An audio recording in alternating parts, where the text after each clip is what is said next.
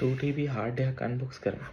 ඉතින් මේ තියෙන්නේ Seagate කියන brand එකේ 2TB hard එකක්. මේක originally $139කට තමයි price කරලා තිබ්බේ. හැබැයි අද Black Friday sale එකේ මේක දාලා තිබ්බා $109කට.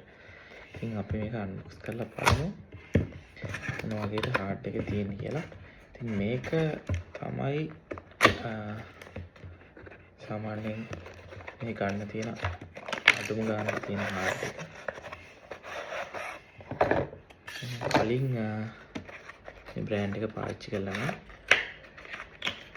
කලින් පාර මම කරේ SSD එකක් අරගෙන ඒකට case එකක් අරගෙන මටම කියලා hard එකක් හදාගත්තා අතරම.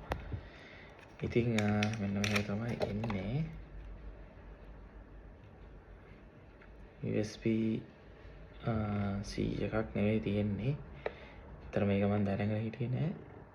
මේකේ තියෙන අමුතු port එකක්. පේනවා. ඊපස්සේ hard එක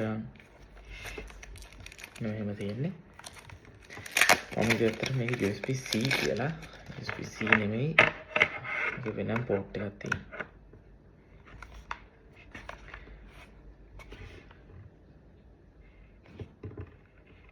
light එකක් තියෙනවා. one touch. ඉතින් මොකද ඉතින් 2TB hard එකක් $109ට පාඩුයි.